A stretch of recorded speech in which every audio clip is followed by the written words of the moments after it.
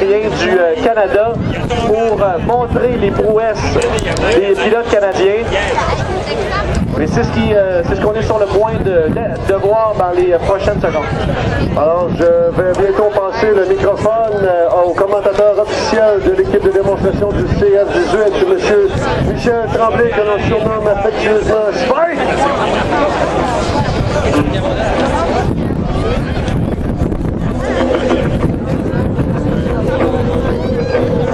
Mesdames et messieurs, garçons et filles, au nom du commandant de l'aviation royale canadienne, le lieutenant-général Blondin, du commandant de la première division aérienne, le major-général Saint-Amand, et de toute l'équipe de démonstration 2013 du CF18, il me fait un grand plaisir de vous décrire la démonstration d'aujourd'hui.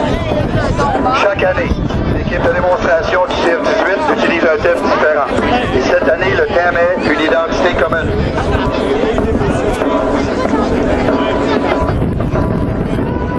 L'un des plus beaux atouts du Canada est sa remarquable diversité.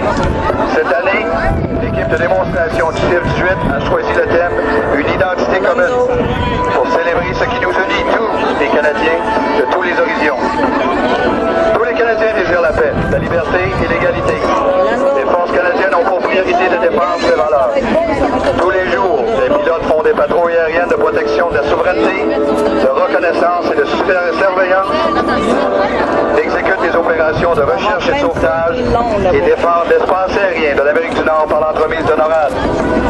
L'aviation royale canadienne est fière de faire partie des forces armées qui défendent l'identité commune de notre grand pays, que ce soit aux confins de l'Arctique ou dans le vaste territoire qui s'étend d'un océan à l'autre.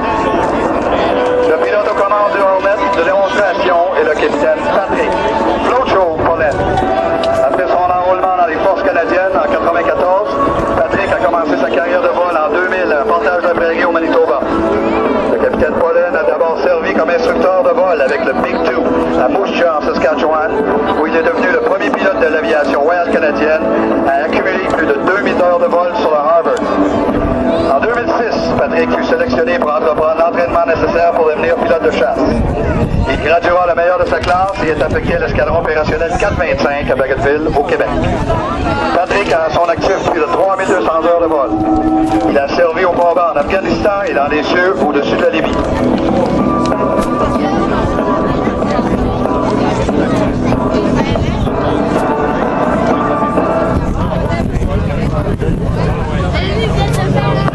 Maintenant, communiquons avec Patrick dans le cockpit du Hornet. Hornet 01, Hornet 02, m'entendez-vous bien? Bonjour Madame et filles, garçons ici, directement du cockpit, je m'appelle le capitaine Patrick Pollen. Au nom de toute l'équipe démonstration CF18 2013, c'est avec grand plaisir et fierté.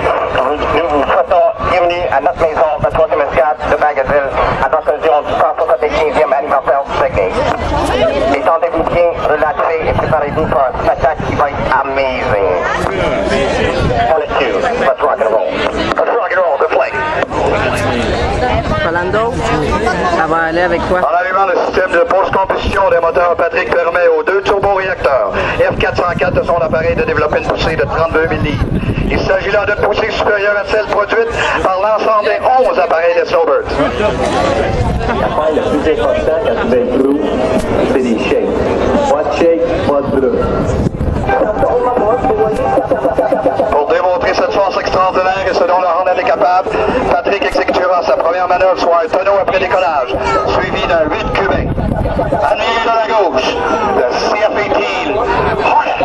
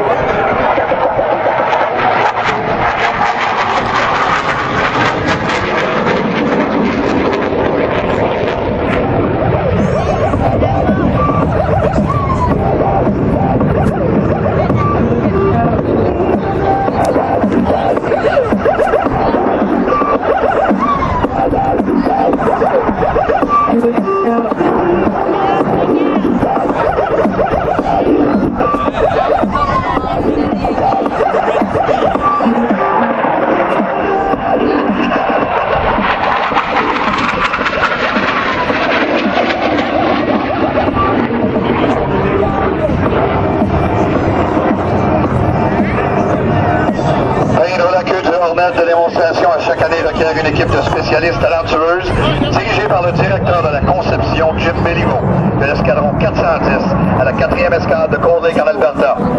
Cette année, on peut voir la conception unique du Hornet de démonstration. La prochaine acrobatie met en évidence le taux de roulis incroyable du CF-18.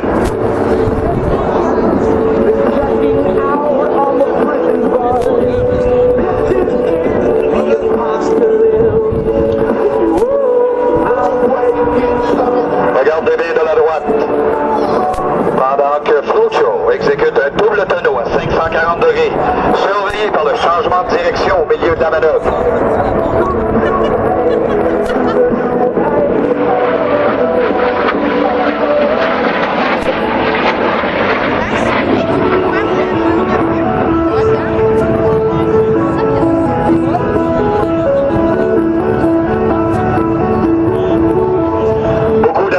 Peut exécuter une boucle, mais rares sont ceux qui peuvent en exécuter une à la manière du Hornet.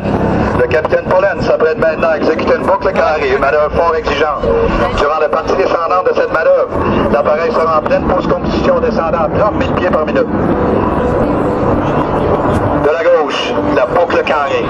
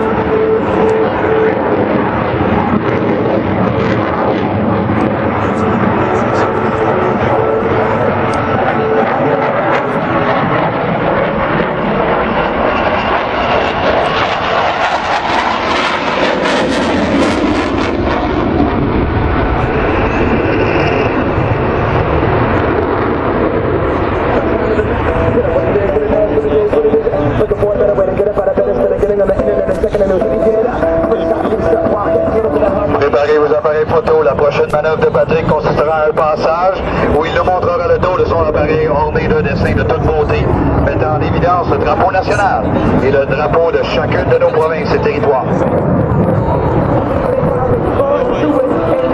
De la droite, le capitaine Pollen sous le thème « Une identité commune ».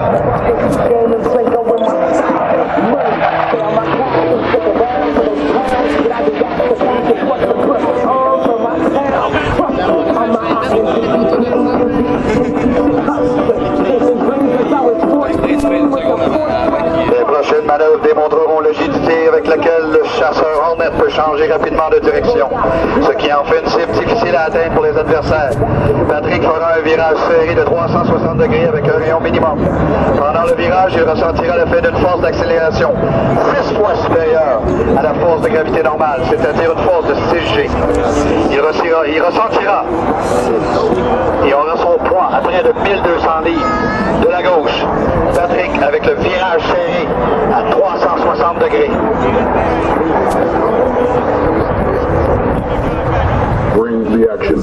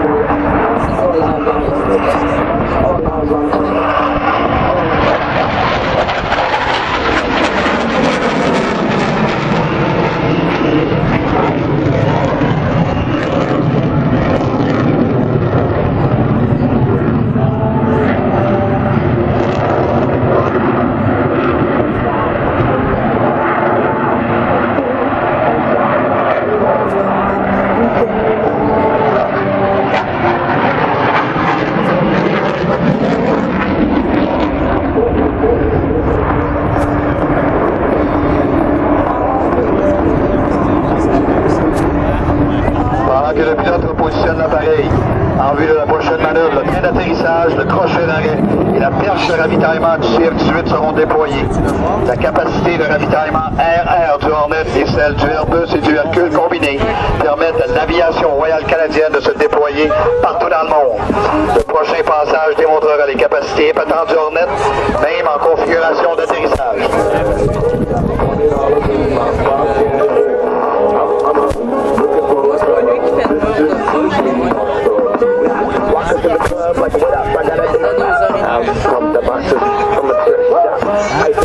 De la droite, observez de près pendant que le capitaine Pollen effectue un demi-tonneau suivi d'un passage sur le dos en configuration dirty.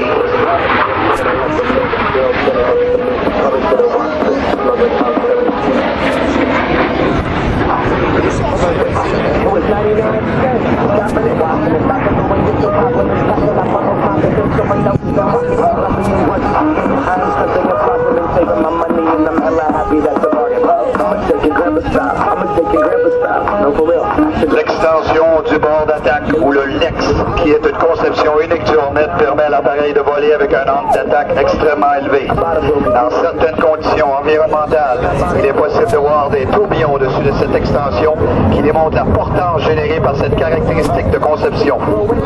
Flojo va maintenant fixer la vitesse du CF-18 tout près de sa vitesse minimale en utilisant de la puissance des moteurs afin d'aider au maintien de la portance.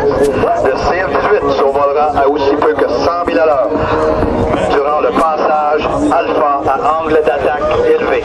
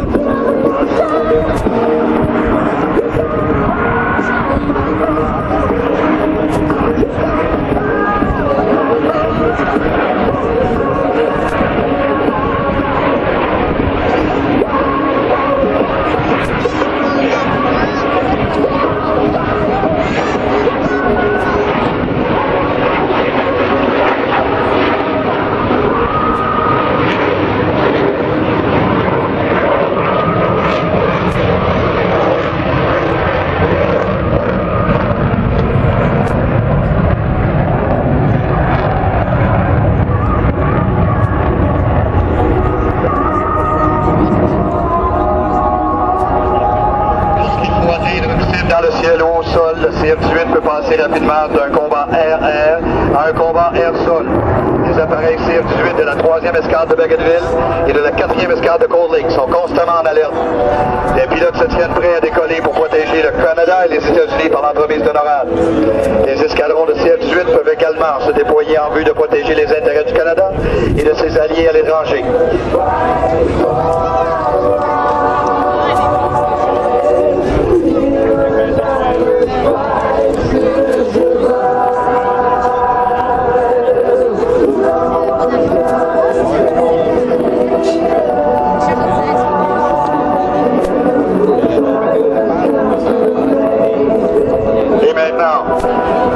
Arrivant à une vitesse, roulant la vitesse du son, veuillez applaudir le CF-18.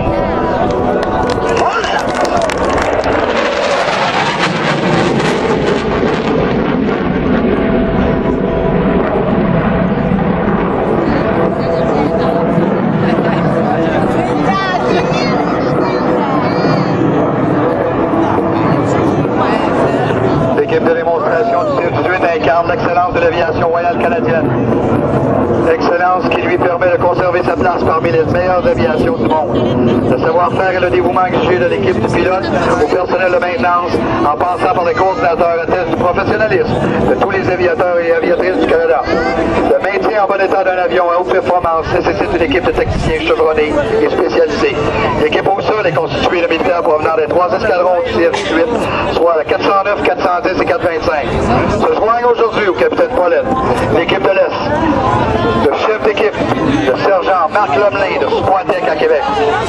Le technicien et le caporal-chef Jean-Martin Thériault de Caraquette au Nouveau-Brunswick. Le caporal-chef Louis-Jacques Marpeau de Saint-Nazaire à Québec. Le technicien de l'équipe, le caporal-chef Richard Doucet de Rouyn-Noranda au Québec.